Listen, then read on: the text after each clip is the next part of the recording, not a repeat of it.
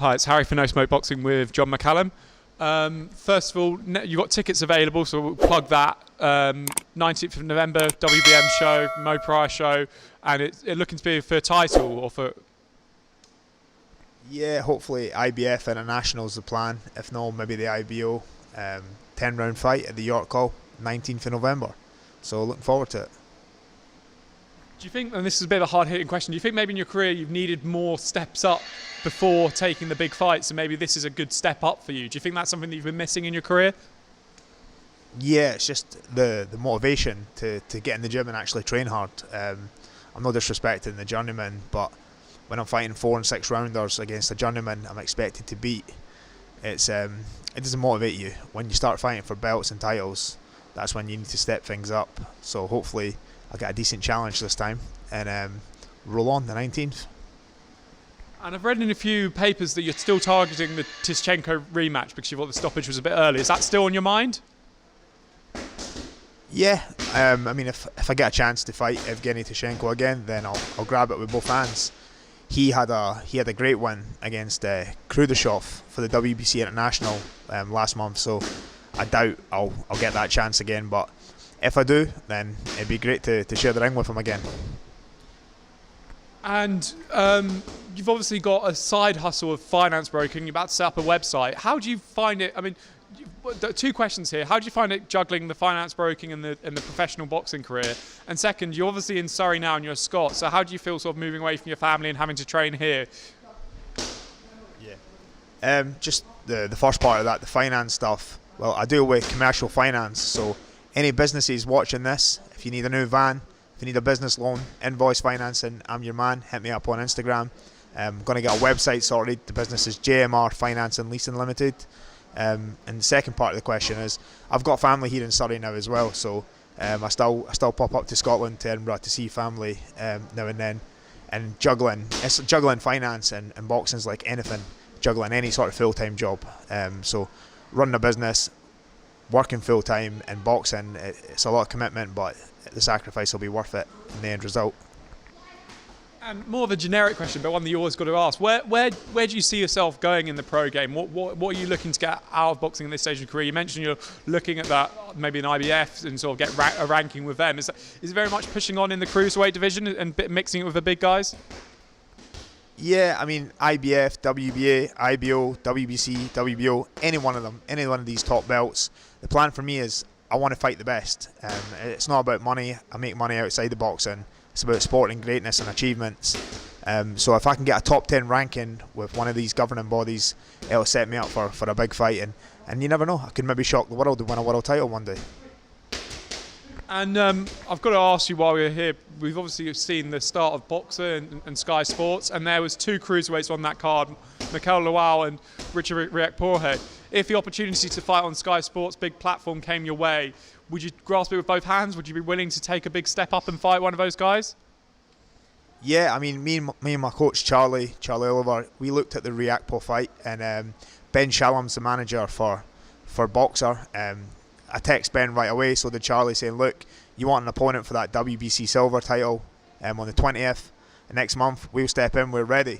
Unfortunately, they went with someone else from Nigeria, so looks like we'll be boxing at the York Hall on the 19th. But if they're looking for an opponent for Riakpo, we're ready.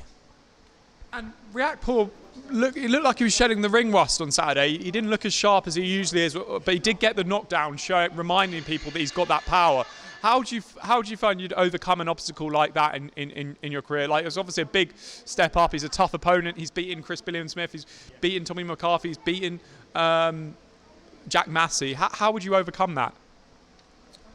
I mean, I wouldn't give the game plan away on a YouTube video, but we know he's a big, strong boy, and he's got a good right hand. I just feel that I'm a better technician, I'm a better boxer, and I feel I could outbox him, and I would get to him eventually. And what does it mean to you being on in York Hall with the fiery atmosphere and with some travelling fans from Scotland with you, supporting you? How much does that mean to you every time you step into the ring and fight in the bright lights? The York Hall is just one of those venues, isn't it? As soon as you walk in, the hairs on your arms stand up. It's just got steeped in history. So it's boxing at the York Hall is a privilege. Whether it's travelling fans from Scotland or travelling fans from England, it's great to see shows back full. and hopefully this is another sellout. And you look like you had a really good opponent who unfortunately dropped out with COVID. I can't pronounce his surname, Agberiev, who was 20-2. Is that something you potentially get back on the cards? Because that's the sort of step up I think that you would really relish, and that would really set you up for those world ranking fights. Is that something that's still on the agenda? Yeah, no, someone like the guy from Kazakhstan. If it's not him, someone like him. Definitely someone in the top 100 in the world. It's time to get myself a decent ranking. I want to be up there in the top 10 with some of these governing bodies, so that I can get these fights like your Ryakpos and Tschenkos and guys like that. And you've got no stoppages to your name. Are you keen to get a KO on your record? Is that something that you look to do on 19th of November? Because you've obviously got power in the ring. It's just not come yet. Yeah, no, I mean, I'm always fighting 4-round fights against durable guys. I'm hurting them. They're managing to hold on so that I see that a points win. People who know me know that I've got power. But once I get in there with the better opposition over a longer period, a 10, 12 rounder, then the power will come out. People will see that.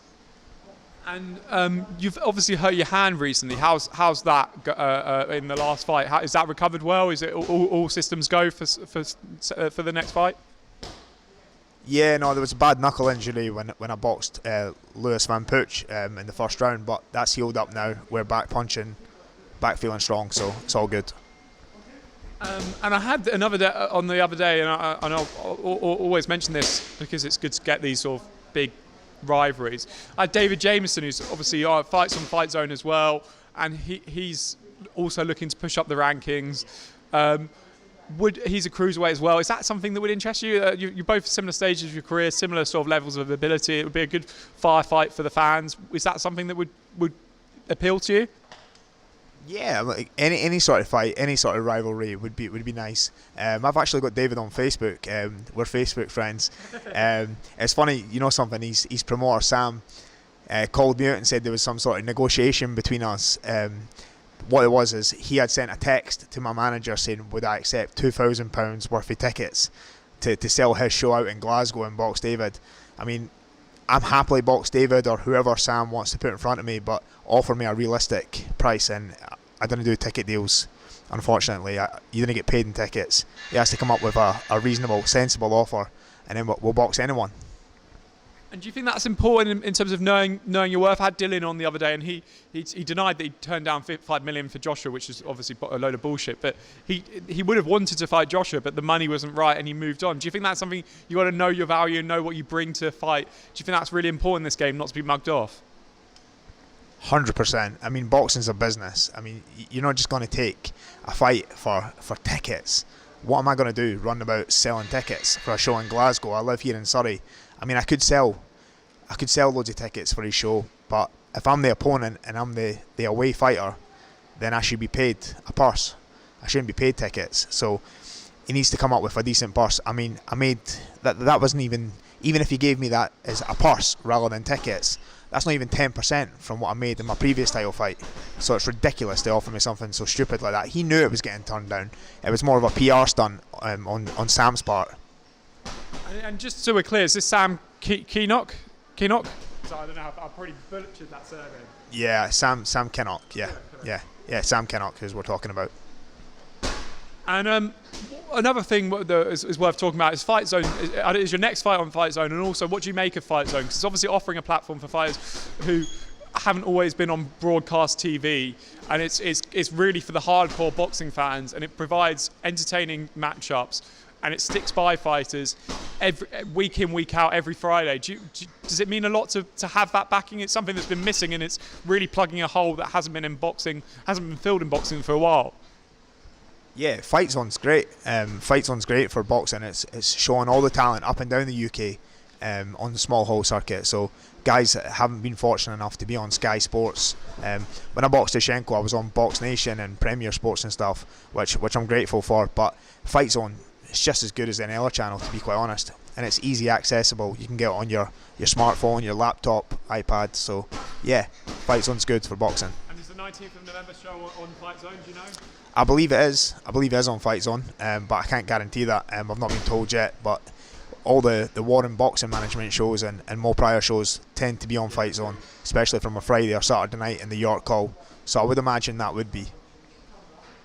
Just stirring the pot a bit more, I'll add a few more names. You're obviously 20th in the UK in BoxRec, so quite an admirable position. And looking at the bigger names down there, there's people that are Luke Watkins and Isaac Chamberlain. I was quite close to that fight, and they had a real barn burner, and they haven't really done much since. Obviously, Isaac Chamberlain's got a big backing with Channel 5, and Luke Watkins more on the small hall shows. What do you make of those two as not even just potential foes, but in terms of in a similar position to you of looking to get up the rankings? Yeah, I've seen Isaac Chamberlain box before. He's a good boxer. Definitely, if I got the opportunity to box him on Channel 5, I'd take that. I'm not so familiar with Luke Watkins, so I can't really comment on that. But again, if he's trying to get there, then good luck to him. So all the best to the two of them. And I always like to go personal, so obviously try and go a bit deeper into it. And it's a very basic question to ask how you got into boxing, but what's the biggest obstacle you've had to overcome in your career? Is it injuries? Is it lack of opportunities?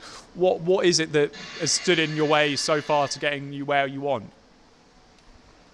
I would say the opportunities, to be honest. I've seen guys that I've beaten the amateurs and guys that I know I can beat winning these WBO international titles and moving on to bigger fights. It's just getting the opportunity. I mean, I know I got the opportunity with Tschenko, but that was at 2 weeks' notice in Russia against a giant. So, I mean, if they give me a decent opportunity with a decent camp at decent notice, then I'll definitely grab that with both hands. And you speak to the fact of lack of opportunities, but do you feel like now things are starting to turn your way, you're starting to push the right buttons and things? You've got that big show on York Hall, you've got Warren Boxing Management and Mo Pryor on your side. Do you think they'll deliver? They've delivered a Southern Area title fight next week, which I'm going to. They are delivering on big fights. Do you think that you're in the place where you need to be now? Yeah, no, I think I'm in the best place. As soon as I get my hands on one of these top 10 belts, I know that there'll be some decent offers come through. And then once the offers come, it's up to me to take them. And firstly, a word on your sponsors, AC Roads and Driveways. What have they done helping your career? Obviously, I can completely see the importance of sponsors. We're trying to get sponsors on board for our channel, and we're having a few discussions about that. And that is what really is the bedrock of boxing, is sponsors. They really mean a lot. So obviously any opportunity to shout them out and shout the work they do and what they've helped in your career is obviously worth taking. Yeah, no, just big thanks to Alec Cunningham and AC Roads and Driveways. They back me on every fight. Not even financially, like they back me financially, but they also come to my fights and take tickets and show support. So great shout out to them. They're one of the best in the business. Brilliant. And lastly, a word for your fans ahead of what they can expect to see on the 19th of November. Just that I'm back in training. I'm training hard. I'm going to be explosive. I'm going to be injury free this time, more importantly, and I look to put on a good performance and a solid win. Brilliant. All the best. I'll look forward to seeing you train.